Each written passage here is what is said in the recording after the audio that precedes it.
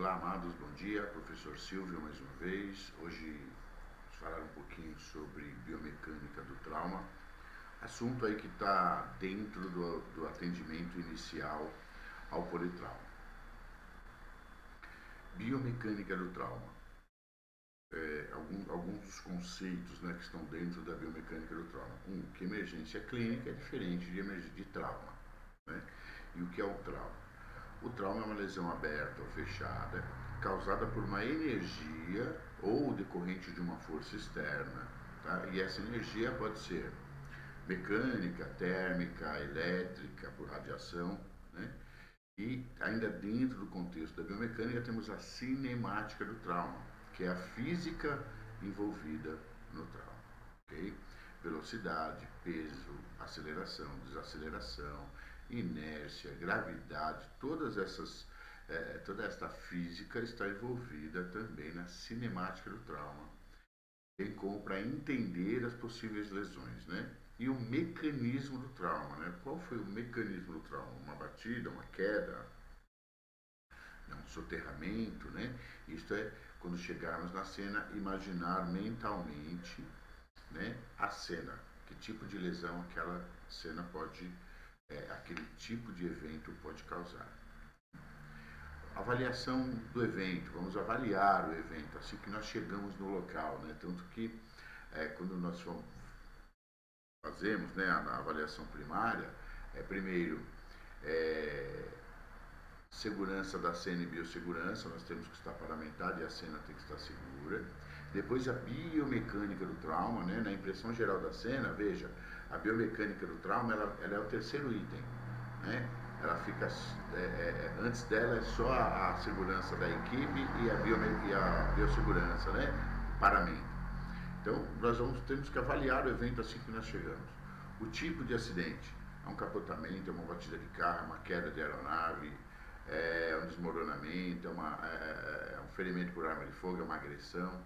Né? A quantidade de energia aplicada, isso nós vamos ver mais para frente, né? Quanto maior a energia, maior a probabilidade de lesão. Né? A direção do impacto é frontal, é lateral, é posterior, é anterior. Né? Posição da vítima do equipamento, era o motorista, falando assim grosseiramente de acidente automobilístico, que é o que a gente mais pega. Né? Então era o motorista, era o passageiro, estava no banco de trás, estava no banco da frente. Local do corpo atingido e possíveis lesões, possíveis órgãos atingidos, né? Número de vítima, idade, estado de alerta, né? Equipamentos de contenção, todos estavam com cinto, estavam sem cinto, estavam usando capacete, não estavam, enfim, tudo isso, essa impressão geral da cena, avaliação do evento, e parece um bicho de sete cabeças, mas isso é feito automaticamente em questão de segundos. Okay? Falar um pouco da natureza. Tipo do acidente, é de trânsito? Se for de trânsito, é atropelamento, é colisão. Se for colisão, foi frontal, foi lateral, foi traseira, foi rotacional, foi um capotamento. Tudo isso é importante para determinarmos, né, o mecanismo e a cinemática do trauma. Tá? O acidente foi doméstico, é uma queda, é um suicídio, é um acidente por temperatura, né, uma queimadura, foi um acidente esportivo, foi uma fratura por estresse, a pessoa caiu ou não, né? Foi um evento por conflito, ferimento de arma de fogo, ferimento de arma branca, né? Explosão, queimadura, agressão. Aí volta lá na primeira impressão, segurança da cena, o agressor ainda está no local, não está, né? Então a biomecânica ela é feita rapidamente, é uma aula um pouco comprida porque tem bastante imagem, mas vocês vão ver que é uma coisa feita rapidamente. Okay? O atropelamento. Olha só para vocês verem, vamos fazer um comparativo aqui de uma pessoa que foi atropelada e uma queda de altura, de outro nível, tá? Então é um impacto da desaceleração, né, do atropelamento e da inércia, tá? E tem desaceleração e inércia. E a queda livre vertical. Então, uma pessoa atropelada por um veículo a 50 km por hora equivale a ela cair de uma altura de 20 metros, ou seja, um prédio aí de 4 andares, né, de 5 andares, ok? A 75 km por hora equivale a ela cair de 10 metros, né, a 50 km por hora equivale a uma queda livre de 10 metros, né, 3 andares. Né? A 75 km a 22 metros, aí sim 5, 6 andares, e a 100 km por hora de 40 metros, ou 8, 10 andares, 8 andares mais ou menos. Tá? Então, é para vocês, vocês verem aí a gravidade de um atropelamento, mesmo tido em baixa velocidade. Tá vendo? Um atropelamento a 50 km por hora equivale a pessoa cair de um prédio de mais ou menos 3 andares. Tá? É grave, né? A biomecânica do trauma e a cinemática envolvida de acordo com as faixas etárias, olha lá. No nosso vídeo aqui da esquerda, né, nós temos uma criança aí de 6, né, 5, 6 anos mais ou menos, quando ela é atropelada, o painel frontal do carro pega onde? Pega no tórax, no pescoço, tórax, perna, quadril e joga essa criança para cima. Normalmente joga para cima do teto do carro ou até para o asfalto lá atrás, né? Uma criança, um bebê, né, de 2, 3, de 4 anos para baixo mais ou menos, essa criança ela é pega toda no painel frontal, a cabeça pega no painel frontal, a face, o tórax, o abdômen, o quadril, né? E essa criança ela é jogada para debaixo do carro, esse bebê. Então, a probabilidade de um outro evento, que é você passar por cima da criança, é enorme. Tá? E já no adulto, olha lá, nós temos 3 impactos. Ó. O primeiro impacto em membros inferiores, abdômen, tórax, tá? Depois essa pessoa ela é lançada e ela cai com a coluna e provavelmente o crânio no chão. Tá? Então pega primeiro aqui, ó, primeiro impacto, segundo impacto, terceiro impacto. Então cada impacto desse vai lesando mais, né? Eu tenho a primeira lesão primária, lesão secundária, lesão terciária. Vai lesando até e aumentando a gravidade da lesão. Né? Um acidente automobilístico, uma moto versus auto, né? Olha, onde fez aquele efeito alavanca, ó.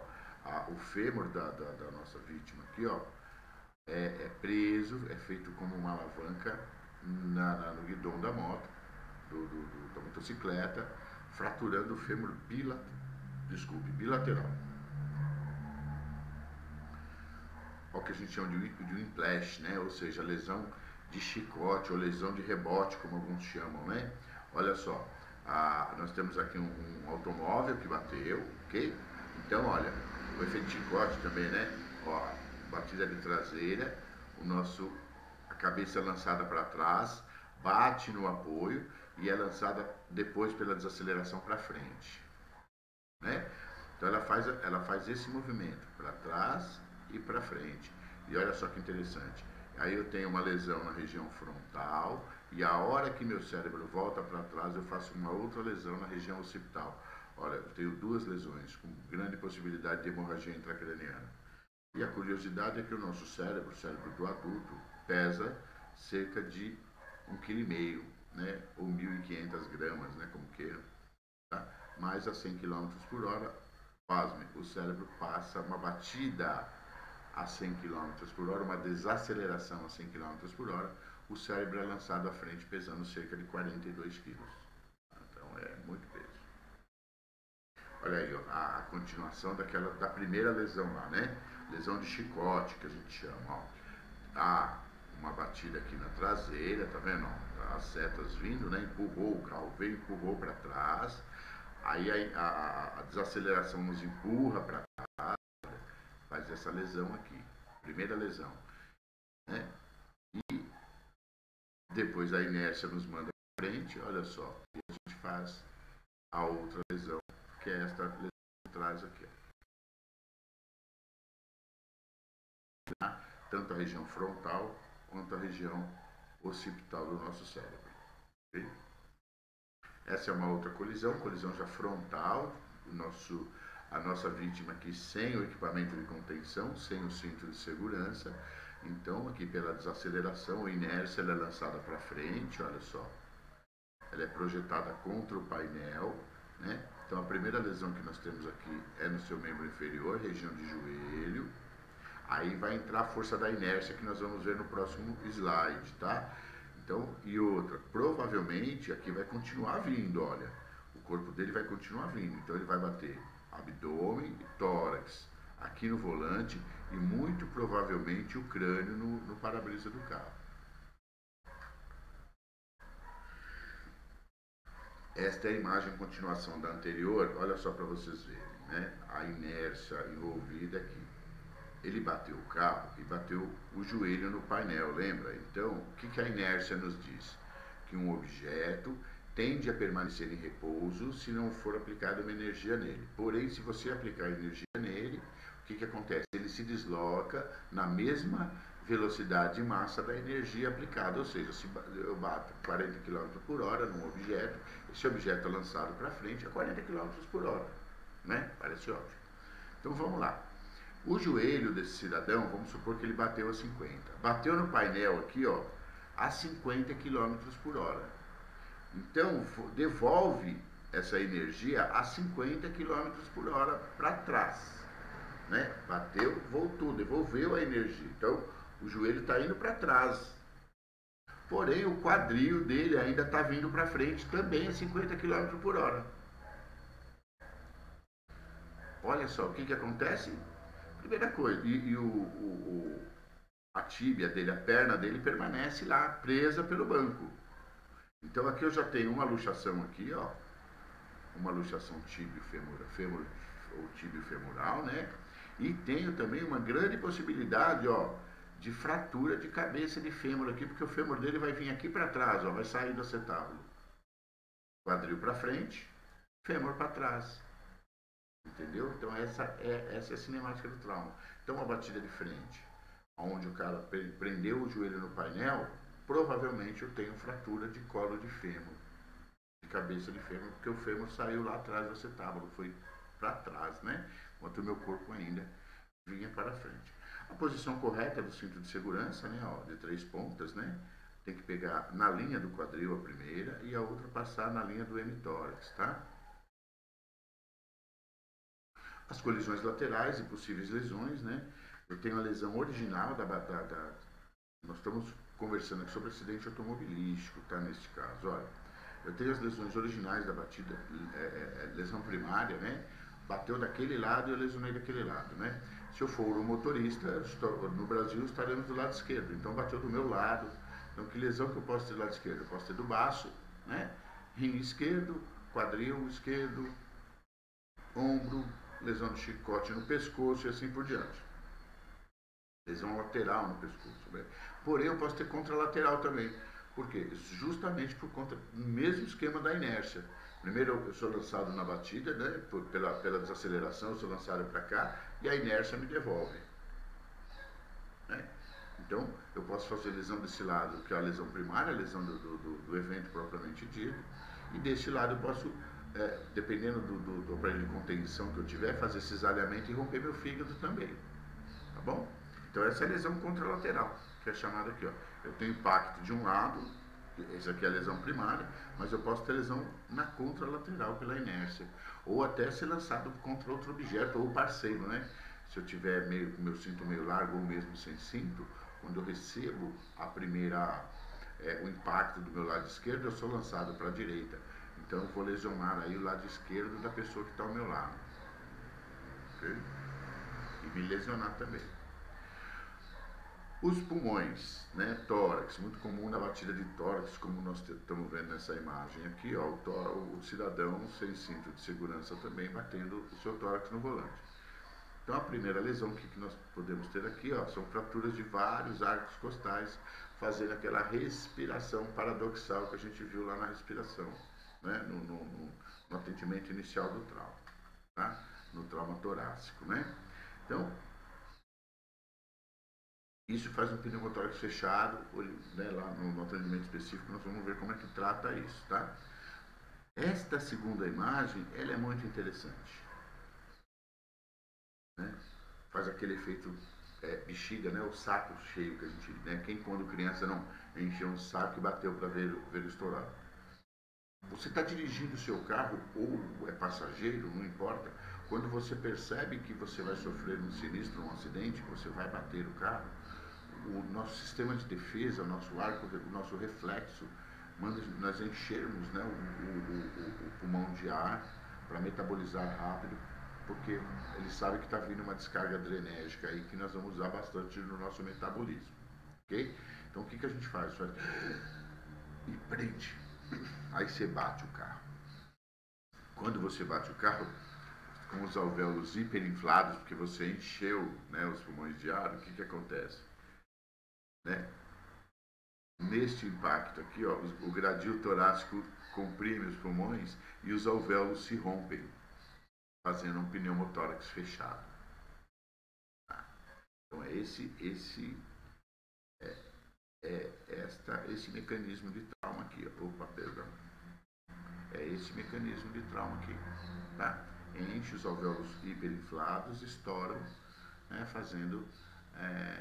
deixando vazar ar, né, para a caixa torácica, fazendo aí um pneumotórax, que é isso que está na imagem aqui, tá vendo? Dá para ver as fraturas, ó. E essa área branca velada que é a área de ar, área de entrada de ar, que é o famoso pneumo, né, que vem do grego lá, ar, e tórax, pneumo, né, que é ar e tórax. Então, ar nos pulmões, ar dentro da caixa torácica, fora dos pulmões, né, que ele tem que estar dentro. O pulmão pesa cerca de 700 gramas, né, e numa desaceleração de 100 km por hora, ele passa a pesar 20 kg, muito pesado, né? Cisalhamento, olha só, esse é o evento de cisalhamento. O que é cisalhamento? É efeito tesoura, né? É um órgão comprimindo uma estrutura e fazendo efeito tesoura, cortando essa estrutura. Aqui é o arco aórtico, né? Lá na saída do arco aórtico, da aorta torácica, ó. Aqui, daqui para baixo é abdominal, desculpe, daqui para baixo é abdominal, né? Então, rompeu esse arco aórtico, faz aquele fenômeno que nós vamos ver também no trauma de tórax, denominado tamponamento cardíaco. Mas isso daqui, se rompeu o tórax, a aorta desta forma, isso é óbito quase iminente, né? Não tem nem muito o que fazer. Aqui também o cisalhamento da artéria renal, né? Também acontece por cisalhamento. Esse daqui é muito comum por cinto de segurança, tá? A gente é lançado para frente, o cinto de segurança nos puxa para trás e neste momento há o cisalhamento da artéria renal, ok? Aqui, nesse daqui, por uma desaceleração muito grande, tá? Tem que ser muito grande mesmo, tá? Com o externo está aqui na frente, ó, com ruptura do externo. O externo vem aqui e corta. Mas tem que ser um acidente assim, daqueles caras que bate a 200 por hora fazer isso. Para tirar o coração do eixo da aorta, né? O coração em rim pesa cerca de 300 gramas cada. E uma batida de 100 km por hora eles passam a pesar 8 kg cada, tá? Então a 200, 16 vai dobrando, né? Uma batida de 180 km pesa 20 kg, aí é muito possível que pode haver essa ruptura de aorta, tá? Nesta desaceleração. O baço pesa 150 gramas também, ou cerca de 8 kg a 100 km por hora, mas a ruptura mais comum do baço é o cisalhamento por cinto de segurança, aquele mesmo mecanismo que eu falei lá. Tá? O cinto de segurança aperta, nosso corpo ainda está indo para frente pela inércia, o cinto de segurança vindo para trás, faz o cisalhamento da artéria, da artéria esplênica, ou até mesmo do próprio baço, tá? Espleno quer dizer baço, tá? Então quando você ouvir falar em esplenomegalia, aumento de baço, essas coisas, ok? Então fez tudo de baço mesmo. Olha, o fígado pesa cerca de 1,7 kg numa batida de 100 km por hora, ou uma desaceleração de 100 km, ele pesa 47 kg. Isso daqui é uma pitose que a gente chama, tá vendo? Em cair da sua posição original, muito comum em queda em pé. Você caiu de outro nível, caiu no diafragma, está aqui assim, ó. Vamos conseguir desenhar um diafragma aqui. Ele está aqui assim, ele é preso aqui por um tecidinho conjuntivo, tal, aqui atrás, e pelo ligamento redondo, que é esse ligamento aqui, ó. Ok? Está preso aqui no ligamento. E por alguns tecidinhos conjuntivos que ficam aqui por trás do diafragma. O que acontece? Quando eu caio em pé, o ligamento redondo segura o fígado, mas ele é pesado, então ele abre no meio assim do ligamento, ó. Ele faz ruptura assim, ó. Abre aqui assim. E sangra levando a pessoa a óbito aí, se não socorrer rapidamente. É tão ruim lá no centro cirúrgico estruturar fígado, é uma coisa terrível. Se estrutura de um lado, ele abre do outro. É horrível, né? Então vamos lá. Impacto de cabeça contra o para-brisa. Olha só, também aquele mesmo esquema, né? Do joelho, tórax, e o terceiro impacto é o crânio, né? Então olha aqui os tipos de impacto, tá? Impacto com o alto da calvária. O que vai fazer aqui, ó? Esmagamento, né? Das colunas vertebrais, podendo fazer fratura de cervical aí, podendo matar na hora aí por compressão do bulbo respiratório, tá? Essa daqui também faz chicote, ó, tanto com o alto da cabeça, mas mais com a região frontal, né? Fazendo com que ele hiperestenda a cabeça, né? Também fazendo luxação de cervical, podendo fazer parada respiratória da mesma forma. E esse batida com a face, ó. Com a face com certeza faz luxação de cervical também, vindo a parar de respirar, tá? Então eu posso ter fratura aí de crânio, de face e de TRM, que é trauma raquimedular, tá? E o cérebro aí pode sofrer também danos, né? O trauma de crânio, ele tem uma gravidade maior porque quando eu quebro o osso, fragmentos ósseos podem entrar lá na nosso parênquima cerebral, nosso parênquima encefálico, aumentando a área de hemorragia, aumentando a área de lesão. Tá? Olha aqui, isso aqui era, né, a mesma coisa da desaceleração e inércia, olha, né? Enquanto ele já encontrou aqui a desaceleração, já desacelerou aqui no para-brisa, e a inércia manda voltar com a mesma energia, o corpo ainda está indo para frente, fazendo fratura de cervical. Tá? Aqui é uma peculiaridade, é uma fratura de para-brisa em teia de aranha, tá vendo? Lembra as teias de aranha, né? E no meio, se tiver quebrada, assim, nós chamamos de olho de boi. Tá? Então é teia de aranha e no meio o olho de boi. Né? Identificando sinais de riscos, né? Ó, se a pessoa lá apresentar o olho com hematoma periorbital bilateral, é o famoso olho de guaxinim, é um sinal clássico de fratura de base de crânio. A base do crânio é aqui, ó. A base do crânio é isso aí, ó. Tá?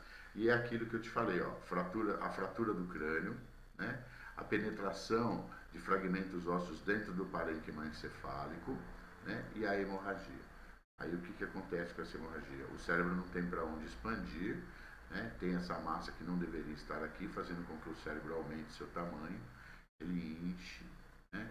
E a pessoa acaba aumentando a pressão intracraniana, parando de respirar, ou até fazendo hérnia, né? Fazendo herniação cerebral, que nós vamos ver lá no trauma de crânio, ok? E outras peculiaridades, olha só, pacotes largados, né, na parte de trás do painel do carro, que numa desaceleração pode ser lançado e ferir o motorista, a queda em pé, né, olha só que interessante, ele sofreu desaceleração aqui, olha, que encontrou o ponto de impacto no acidente por gravidade, ele caiu de um outro nível, né? Então o que acontece? Quando ele bateu aqui, a inércia devolve a energia, né? Então esses ossos vêm para cima, ó. Porém a coluna ainda está descendo, ó, fazendo lesões por compactação da medula, da coluna vertebral, podendo até causar lesões graves. E aqui uma imagem, né, interessante aí, que a moça não aguentou a base e acabou aí lesionando a coluna dele. Explosão.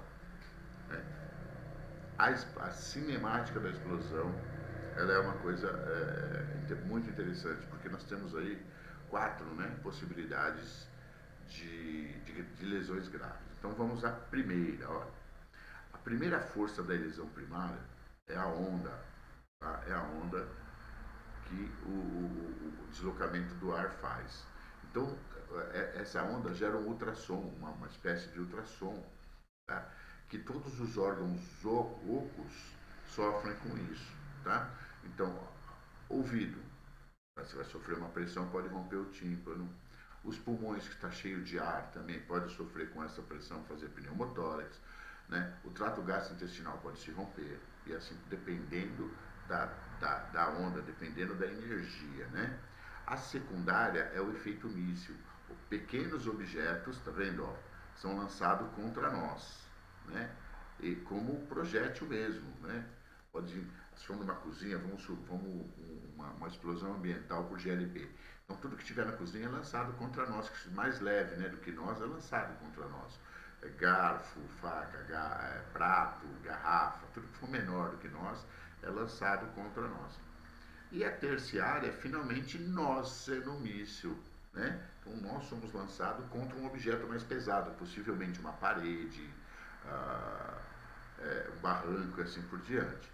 E a última lesão, as queimaduras, todas elas muito graves, né? Então vai tendo sim a possibilidade. Então eu sempre brinco que nós temos 4 possibilidades iminentes de ir a óbito numa explosão, né? Tá certo? Então essa daí é a cinemática do trauma na explosão. Ferimento de arma de fogo também, né? Olha só, ponto de entrada, ponto redondinho, tranquilo, bonito, desenhado. Ponto de saída é um ponto estriado, estrelado, que a gente chama, ponto de bordas irregulares e maior do que o de entrada, por causa do efeito da cavitação. Olha só, o que é cavitação? Eu consigo explicar rapidamente para você. Temos 2 tipos de cavidade. Cavidade permanente. O que é uma cavidade permanente? O ferimento da trajetória do projétil de arma de fogo propriamente dito. Por quê? Porque essa ferida é permanente, tá vendo? Ó? Então ele abriu aqui, feriu e não, essa ferida é permanente. Ela vai cicatrizar, mas vai ficar lá a cicatriz, tá? Dependendo da energia, né, do calibre desta arma, ela vai fazer uma outra cavidade chamada de cavidade temporária, que é o deslocar do órgão, tá vendo? Para cima e para baixo, né? Então ele faz assim, ó, passa a bala, né? Passa lá o projétil e em volta dele faz isso, ó, né? Então, como está aqui nessa imagem de gelatina, ó, o projétil entrou e olha só a abertura que ele fez. É por isso que no orifício de saída é sempre maior, por causa da cavidade temporária que vai atrás e também abre um ferimento maior na pele, tá? Porém, quando a bala passou, fez a sua trajetória, esta cavidade temporária volta ao normal, tá vendo? Aqui já está voltando, ó. Ela passou, deslocou, tá vendo? Está deslocando e lá atrás ela já está voltando ao normal, tá vendo?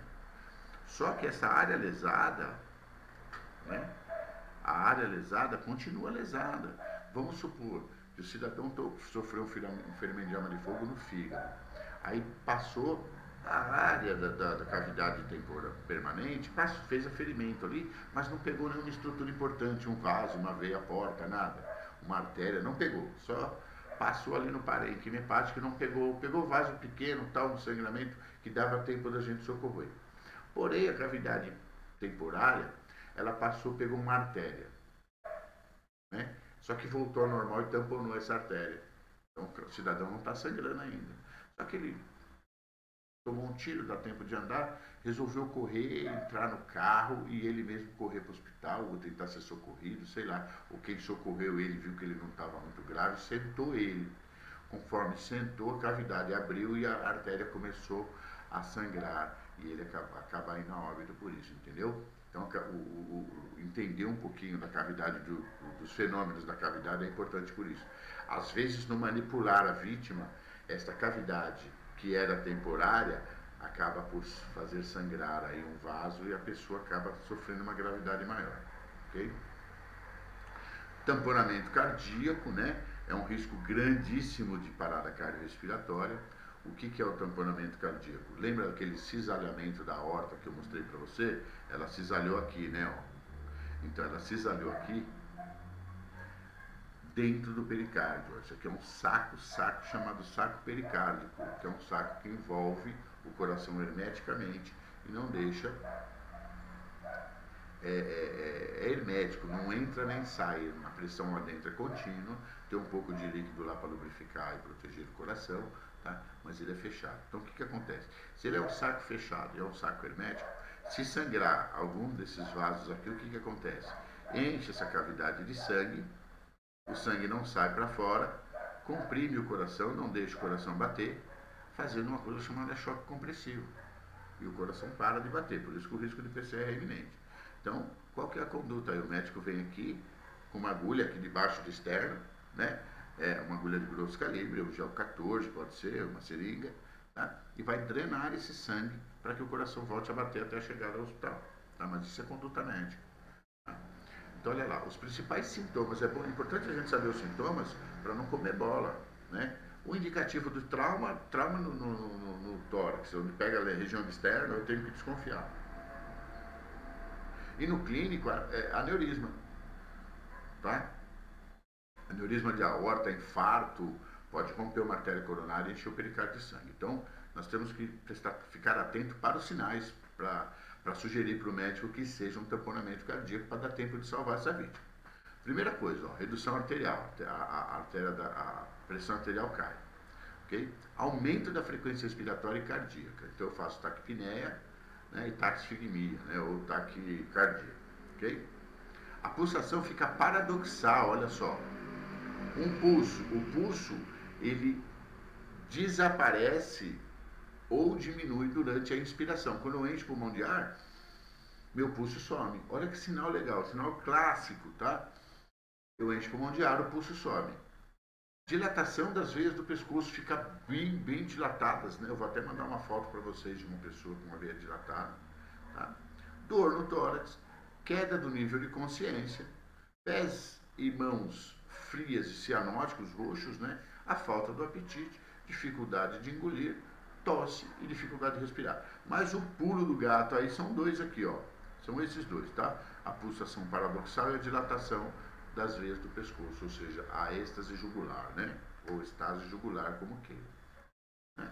Bom, a cinemática do trauma, nós temos que prestar atenção no objeto agressor, sempre pedir apoio se necessário, agir com cautela em acidentes esportivos, verificar a segurança da cena em agressões e assim por diante, tá bom? Então, hoje nós aprendemos a fazer a triagem, a acionar a equipe, a fazer a abordagem primária e secundária, comunicar a central a regulação médica e relatar tudo e pedir apoio se necessário, fazer um transporte rápido e adequado, tá? E a importância da equipe, né, da habilidades e competência, ou seja, eu só vou aonde, né, o meu conhecimento e a lei deixa, a minha lei do exercício profissional deixa eu ir. Ou seja, o condutor não entra na área da enfermagem, a enfermagem não entra na área, o técnico não entra na área do enfermeiro, o enfermeiro não entra na área do médico, assim por diante, mas todos têm um papel fundamental